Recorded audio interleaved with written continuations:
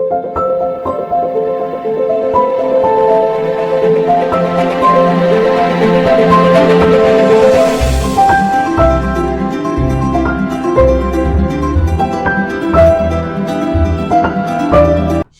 শিক্ষার্থীবৃন্দ, আশা করি প্রত্যেকেই ভালো আছো। সবার শুভকামনায় আমি আজকে ভিডিও ক্লাস শুরু করছি।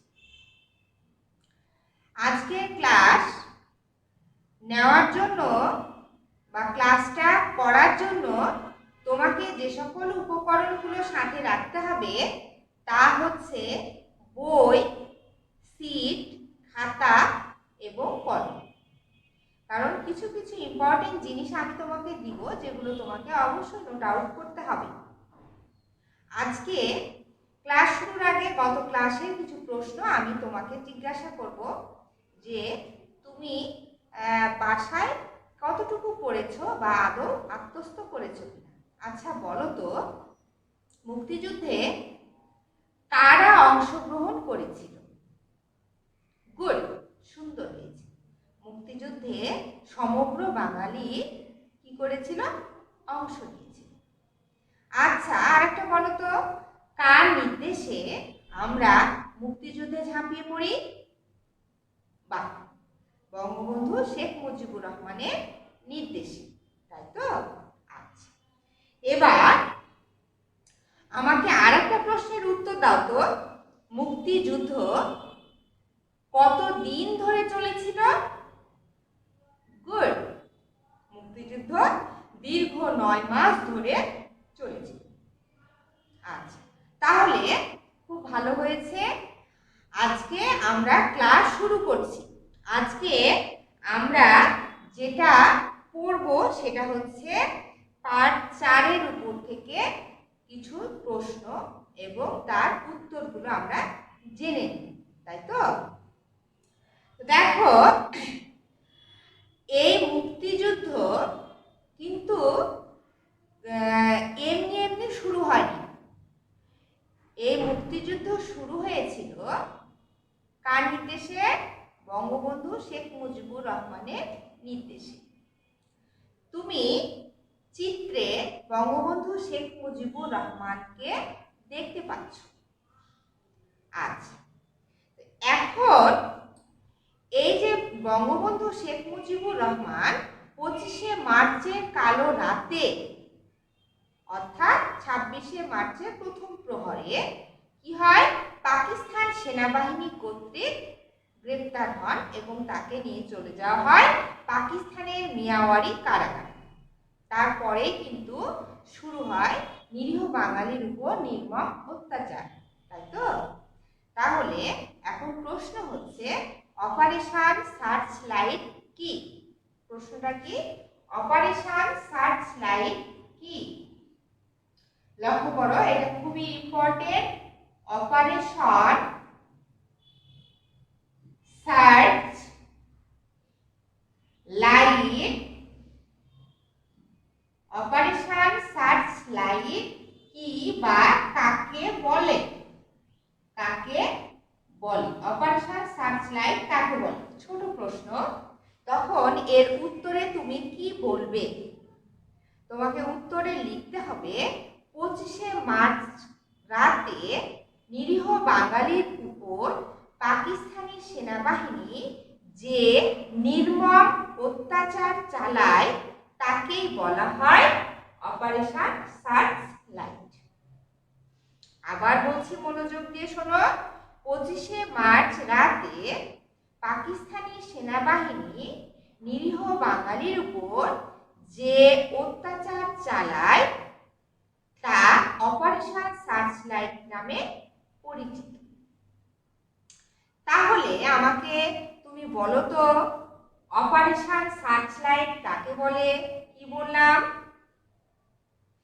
গুড, তোমার উত্তর ভালো হয়েছে। তাহলে 1971 সালের 25শে মার্চ রাতে পাকিস্তানি বাহিনী নিরীহ বাঙালির উপর যে অত্যাচার চালায় তা অপারেশন সার্চ লাইট নামে পরিচিত। Very good. এবার তুমি চলে আসো কিসে? তুমি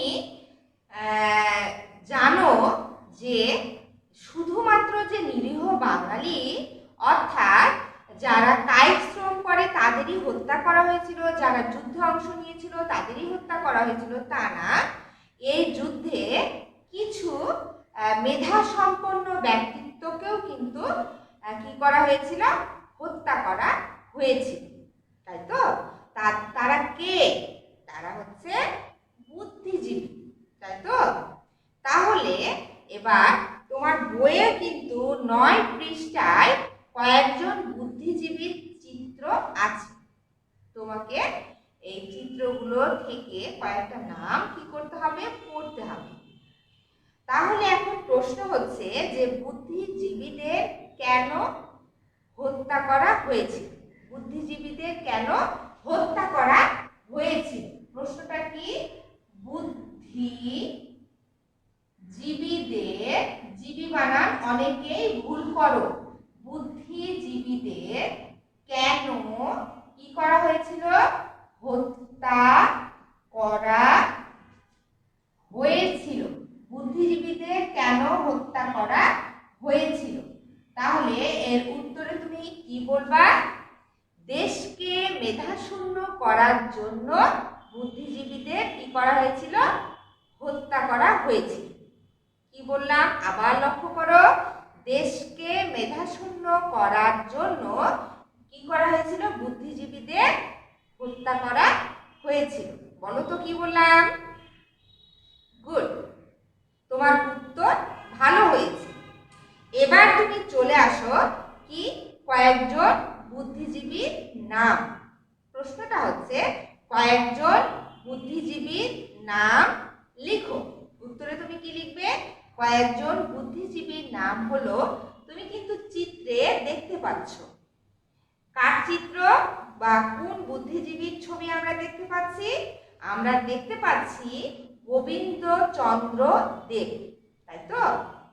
এই গোবিন্দচন্দ্র দেব ছিলেন মূলত পেশায় কি? অধ্যাপক। কি ছিলেন উনি? অধ্যাপক।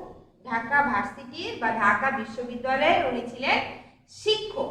তাহলে আমরা প্রথমে যে নামটা শিখলাম সেটা হচ্ছে অধ্যাপক গোবিন্দচন্দ্র দেব, তাই তো? এবার আমরা 2 নম্বরে চলে আসি। 2-এ আমরা দেখতে পাচ্ছি 2 নম্বর চিত্র কে? অধ্যাপক মুনির চৌধুরী। কার চিত্র দেখতে পাচ্ছি? অধ্যাপক মুনির চৌধুরী। তাহলে ইনি পেশায় কি ছিলেন? ইনি পেশায় ছিলেন একজন অধ্যাপক, তাই তো? ঢাকা বিশ্ববিদ্যালয়ের ইনি ছিলেন নাট্যকলা বিভাগের অধ্যাপক। তাহলে আমরা দেখতে পাচ্ছি কে? অধ্যাপক মুনির চৌধুরী।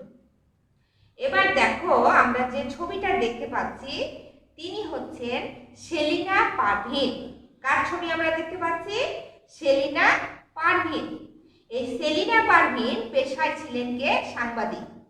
তাহলে আমরা দেখতে পাচ্ছি সাংবাদিক সেলিনা পারভীনের একটা চিত্র।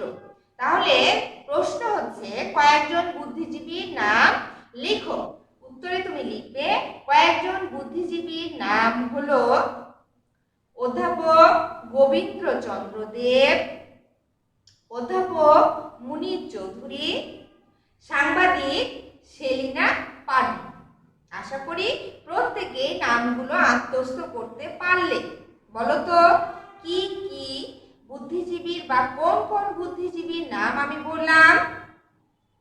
গুড, তোমার উত্তর সুন্দর হয়েছে। তাহলে এটা তুমি বানান যেন শুদ্ধ হয় সেজন্য কি করবে? বেশি বেশি পরিমাণে লিখবে, ঠিক আছে? এবার তুমি চলে আসো কি বুদ্ধিজীবী দিবস কবে? তুমি বলো তো বুদ্ধিজীবী দিবস কবে? হ্যাঁ, বুদ্ধিজীবী দিবস হচ্ছে 14ই ডিসেম্বর। 14ই ডিসেম্বর হচ্ছে বুদ্ধিজীবী দিবস। 14ই ডিসেম্বর হচ্ছে বুদ্ধিজীবী দিবস। 14ই কি ডিসেম্বর? 14ই ডিসেম্বর কি দিবস? বুদ্ধিজীবী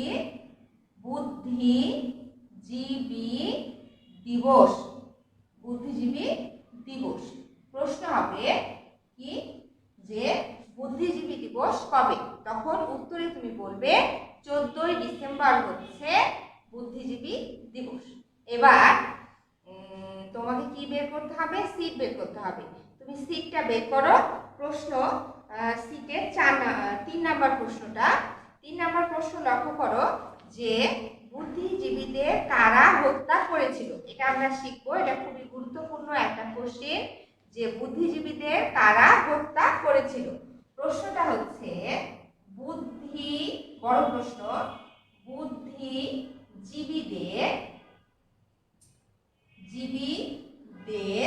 কি করেছিল, কারা হত্যা করেছিল, কারা হত্যা করেছিল। তো দেখো বুদ্ধিজীবীদের কারা হত্যা করেছিল, এটা হচ্ছে 5 মার্কের কি উত্তর, 5 মার্কের প্রশ্ন। এবার তুমি উত্তরটা লক্ষ্য করো। তুমি আশা করি সিট নিয়ে রেডি হয়েছো। তাহলে দেখো, যদি সহজ কথায় বলতে চাও তাহলে পাকিস্তানি হানাদার বাহিনী তাদের দেশীয় দোসর বলতে বাংলাদেশের যে সকল দোসর বলতে বন্ধু, দোসর কে রাজাকার। দেখো রাজাকারের আমরা ছবি দেখতে পাচ্ছি, তাই তো?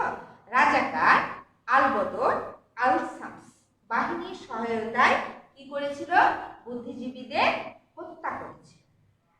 তাহলে আমি কি বললাম আরেকবার লক্ষ্য করো, পাকিস্তানি হানাদার বাহিনী তাদের দেশীয় দোসর, পাকিস্তানি হানাদার বাহিনী তাদের দেশীয় দোসর কে রাজাকার আল বদর ও আল শামস বাহিনীর সহায়তায় বুদ্ধিজীবীদের কি করেছিল, হত্যা করেছিল, তাই তো? এবার বলছে মুক্তিযুদ্ধের সময় প্রায় সকল বাঙালি বা প্রায় সকল মানুষই কি করেছিল, এদেশের মানুষকে সাহায্য করেছিল, অর্থাৎ মুক্তিযোদ্ধাকে সাহায্য করেছিল। কিন্তু কিছু মানুষ ছিল যারা মুক্তিযোদ্ধাদের বিপক্ষে অবস্থান নিয়েছিল, তারাই কিন্তু আল বদর আল শামস বা রাজাকার নামে পরিচিত ছিল, তাই তো? অর্থাৎ যারা মুক্তিযোদ্ধাদের সাহায্য করেনি তারাই ছিল রাজাকার নামে খ্যাত।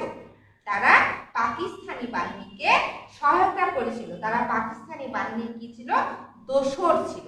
আচ্ছা, এবার দেখো তাহলে কি বলছে, তারা শান্তি কমিটি, বিভিন্ন কমিটি করেছিল। এই কমিটিগুলোর মধ্যে কি কমিটি, শান্তি কমিটি।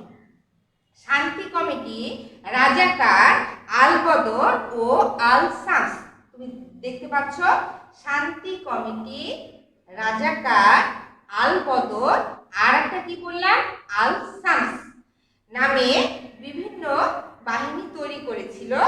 এবং ওদের কাজ কি ছিল জানো, ওরা মুক্তিযোদ্ধাদের নামের তালিকা তৈরি করত। যে একটা গ্রাম, সেই গ্রামে কে কে মুক্তিযুদ্ধে অংশ নিয়েছিল বা কে কে মুক্তিযুদ্ধে যোগদান করেছিল, তাদের কি করেছিল, নামের তালিকা তৈরি করেছিল। তাহলে মুক্তিযোদ্ধাদের নামের তালিকা তৈরি করে তারা কি করত, পাকিস্তানি সেনাবাহিনীর বা পাকিস্তানি হানাদার বাহিনীর হাতে তুলে দিত তাদের নামের তালিকা। শুধু তাই নয়, শুধু এটুকুতেই তারা সীমাবদ্ধ ছিল না। যেহেতু পাকিস্তানিরা ছিল ও দেশের অধিবাসী, ও দেশ বলতে পাকিস্তানের, পশ্চিম পাকিস্তানের অধিবাসী, তাই তারা কি চিনতে পারতো না, এদেশের পথ ঘাট, ওরা রাস্তা সহজে চিনতে পারতো না। চেনা কি সম্ভব, যেহেতু ওরা অন্য দেশ থেকে এসেছে? তখন ওদেরকে পথ চিনিয়ে সাহায্য করেছিল কারা, রাজাকাররা। আর যেহেতু তারা উর্দু ভাষী ছিল বা ওরা বাংলা ভাষা তেমন বুঝতে পারতো না, সেহেতু কি করতো, তাদেরকে ভাষা বুঝিয়ে দিত যে এই এই কথার মানে এটা। তাহলে রাজাকারদের কাজ কি ছিল, নামের তালিকা তৈরি করা, এদেশের ভাষা বুঝিয়ে আর কি পথ চিনিয়ে কি করেছিল, সাহায্য করেছিল, তাই তো? এটাই ছিল মূলত এদের মূল কাজ। তাহলে আমি আশা করছি প্রত্যেকে আমি যে বড় প্রশ্নটা পড়ালাম যে বুদ্ধিজীবীদের কারা হত্যা করেছিল, খুব সুন্দরভাবে বুঝতে পেরেছো। তুমি কয়েকবার বাসায় পড়বে এবং লেখার প্র্যাকটিস করবে। এটা কি থাকবে, এটাই থাকবে তোমার হোমওয়ার্ক। তুমি অবশ্যই সুন্দরভাবে লিখে 9 প্রশ্নের উত্তর দিয়ে লিখবে, সুন্দরভাবে লিখে হোমওয়ার্কটা গ্রুপে পোস্ট করে দিবে। প্রত্যেকের শুভ কামনায় আমি আজকের মতো বিদায় নিচ্ছি। আল্লাহ হাফেজ।